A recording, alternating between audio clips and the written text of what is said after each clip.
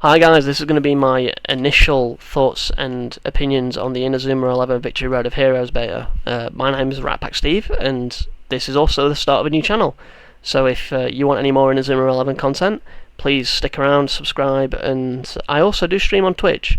So if you want to pop down, just chat whenever you can. I'll probably be streaming. I stream roughly about, I want to say 6, 7, 8 hours a day, and it will mainly be on this game, as this is going to be the game I want to focus on content creation on. So hopefully I'll see you there. I just want to go over a few positive things before I start going into some of the more negative things, albeit that there is not many negative things about the game, and a lot of the stuff that is negative, it can probably be resolved before the game comes out. The first positive thing I want to go over is the scramble mechanics and the command duels. I feel like they are great additions to the game. They are a bit buggy sometimes, but I feel like that'll probably be smoothed out before the full release of the game. And I also feel like that a lot of them issues are ping related when it comes to ranked, because the actual command duels and scrambles feel fine when you're playing offline against AI. The gameplay, it complements the gameplay itself, and it feels like it fits into the game rather than taking away from what Inazuma 11's identity has been in the past. It feels a little bit like RTS vibes sometimes. It reminds me a bit of like Warhammer and XCOM, where it's like kind of taking turns against each other a little bit, but it does feel like it fits into the game. Right, so the next thing, the collection of players in the beta, I actually think are really good. I do feel like they could have probably done with a fourth team being added with different passives, mainly for the sake of playtesting.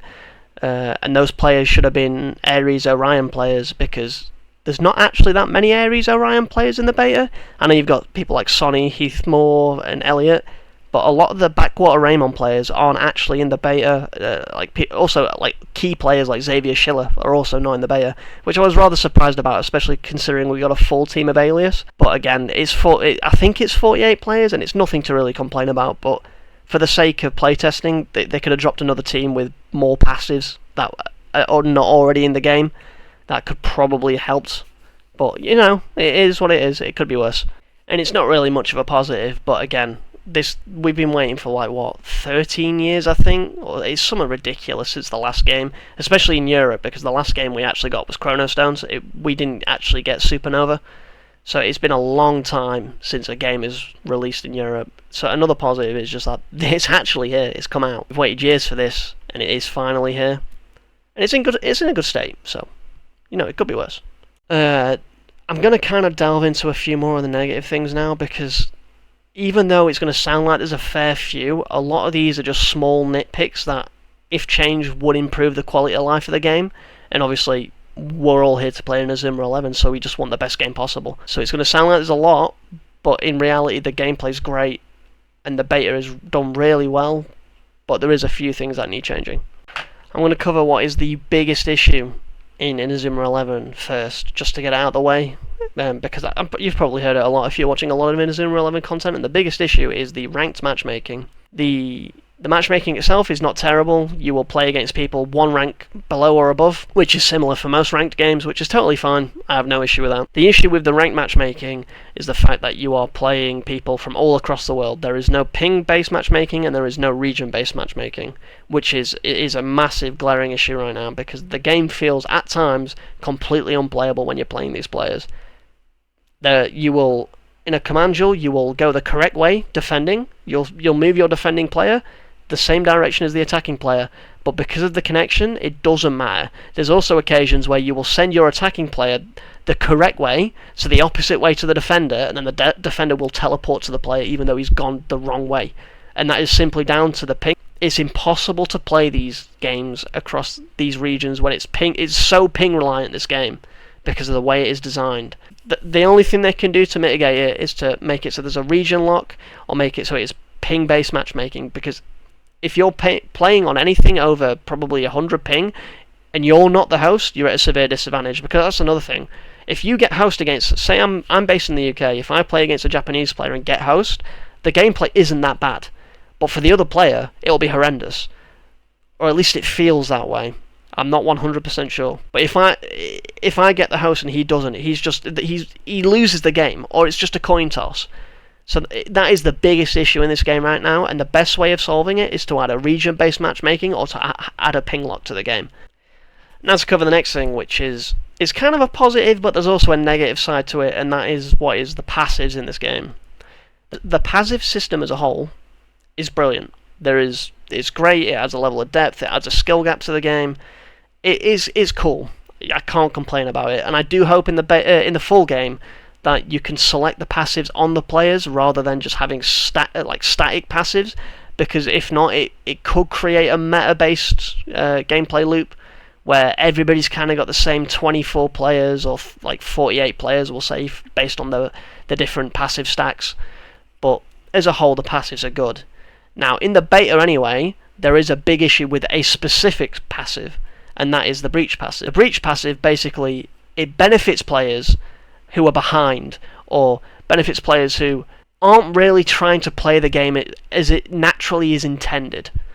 So the breach passive itself is a mechanic where if the ball, it has a certain percentage to breach the goalkeeper, and this is regardless of the save or the type of Hizatsu you use. So it will ignore the stat total of the save made. Say if you've used Moog in the hand on Darren, or Moog in the hand, sorry, you'll do a 1900 save, but if somebody shoots with a 1 power shot, it has a chance of a breach, and I believe the static number is 10%.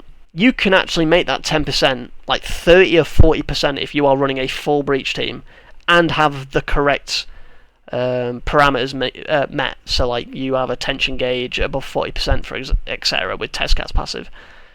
This mechanic, in the current state of the game, is not good. I had a game earlier where I conceded 3 breach goals. I lost 4-0. So I would have lost the game anyway if you remove them breach goals, but it's still a mechanic that shouldn't be in the game, specifically in ranked. So there is a few ways of getting around this. They can remove the passive entirely, which I don't think they necessarily need to do, but it is a way around it. You could add passives to make it so that it's anti-breach, so you have a passive that brings down the percentage of breach, so you can counter-build into that breach passive. Another potential way of dealing with it is you can add a mechanic where only players with a typing advantage can breach. So say Mark is an Earth character, only people who are Wind, so like Bylong, only they can have a chance of breaching that character. That will also create some counterplay, because then people will be like, oh, I've got Mark in the net, he's got Bylong, I need to make sure that Bylong can't get to me and shoot, so I'm going to then use a defensive Hizatsu to stop Bylong from scoring. So it creates another element of urgency, and also it makes you decide on who to focus on from a defensive standpoint. Another thing they could do is just remove breach completely and turn it back to the critical hits like in previous Inazuma 11 games. But again, with how they're promoting the game, they really have an emphasis on the ranked play.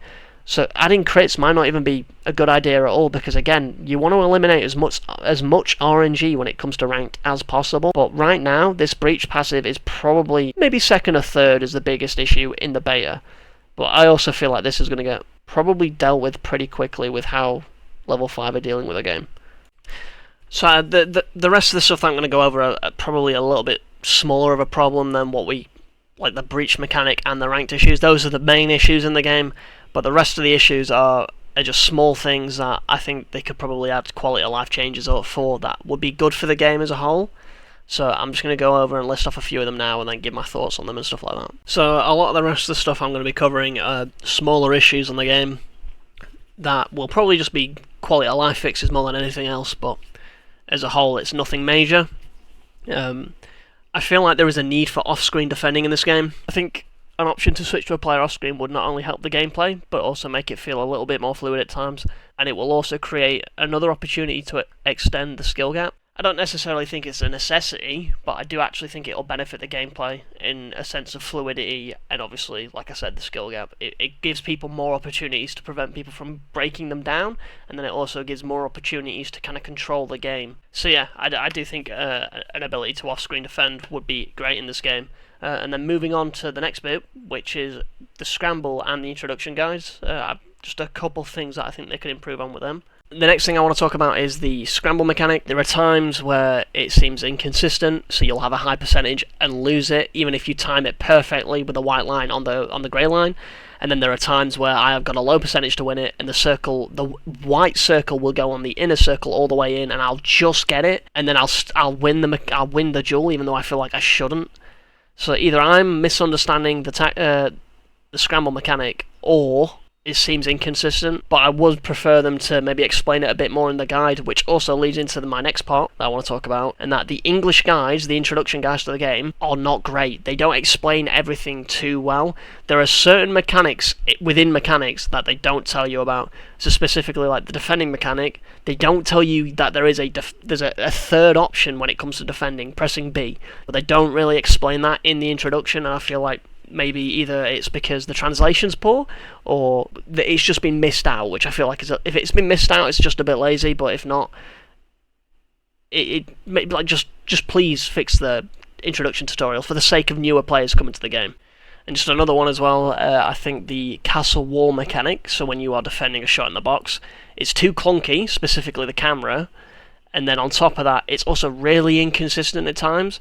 There'll be times where my player will literally teleport across the screen when the ball is getting close to the castle, even though he wouldn't make it naturally on his pace, but he will then teleport to where I've placed the wall and then get the block in, which it seems very unrewarding on the attacking player, because there are times where you'll shoot and the defending player will just kind of teleport to where the castle wall is. He's not too far away anyway, but he teleports to it and gets the block in, which it just feels like it shouldn't be a thing. It could be ping based, it could just be that it's intended that way, but at the same time, it creates a bit of a negative gameplay loop when it comes to attacking and defending, because you should always have the advantage when attacking in a football game. It's just how it should be. And like with the offside flag being removed, it's great. It makes it attacking play great, but at the same time, it should also be consistent, which the castle walls I don't think are consistent at times. So maybe just a tweak to the AI on the castle walls, making it so that they can't teleport, or maybe make it so that the pace of a defending player is consistent throughout the entire zonal play, which also that kind of leads into my next topic of conversation, and that is the zonal system in the game. So the attacking side, it's great until it's laggy, because in those poor connection games, I've had the experience where I've chained a shot, and then it'll show up on the screen that I can't make a move, I can't shoot, I can't pass, and then the ball just flies away. Or there are times where I then shoot a ball and then the ball just disappears into the sky. And obviously it's not intended, it is a bug, which I'm assuming will be sorted out. However, it's not great having it happen in the beta, and I do hope it gets fixed soon. I also feel like sometimes if two players are clipping in each other, when you are, even if it's your own player, if it's two attacking players, an attacking player and a defending player, the camera can sometimes bug out, and it'll start, if you spin it, it'll just keep spinning in circles. It won't give you a pass option or a shoot option. You'll get the option to press A or B or do whatever, but you can't aim it, if that makes sense. And I feel like that definitely needs refining before the game's released. The next thing I want to talk about is the super tactic system. I would like them to change it slightly. You could do it in two ways. You could either make it so that it stays the same in it's like your casual play and story mode play. So Chronicle mode, story mode, and casual matchmaking, it can stay random, that'd be fine, it's not an issue. But when it comes to ranked, they should either make it so it's static, so that both players have the same tactic, or maybe there's a daily rotation, so that each day there's a rotation of a new tactic that you get to use. Or alternatively, make it so that you can choose it as a tactic like you do all the other tactics in the game, because in the current state, with ranked, if a person gets invincible keeper and another person gets lucky fever, then it is just not fair, because the person with the invincible keeper is at a huge advantage, because you can block like a 2000 attack power move. Like it's not balanced. And in a game where you want the most balance possible because of the ranked modes, you want to make sure that everything is fair for all players at all times. You cannot have something as egregious as like the breach mechanic, or something like the super tactic mechanic, where it is completely based on RNG. It just doesn't work in a game like this, and it does need refining to make sure that it's balanced for everybody. So yeah, that's basically my thoughts on the Inazuma 11 Victory Road of Heroes beta. I'm probably going to come back to this and make a new video with a couple more updates, but for the time being, this is basically my final thoughts on the beta. And well, if you've stuck around, thank you for watching the video, and if you want any more Inazuma related content, I will be providing it soon. So I hope you all take care and enjoy the rest of your day. We are heroes tonight.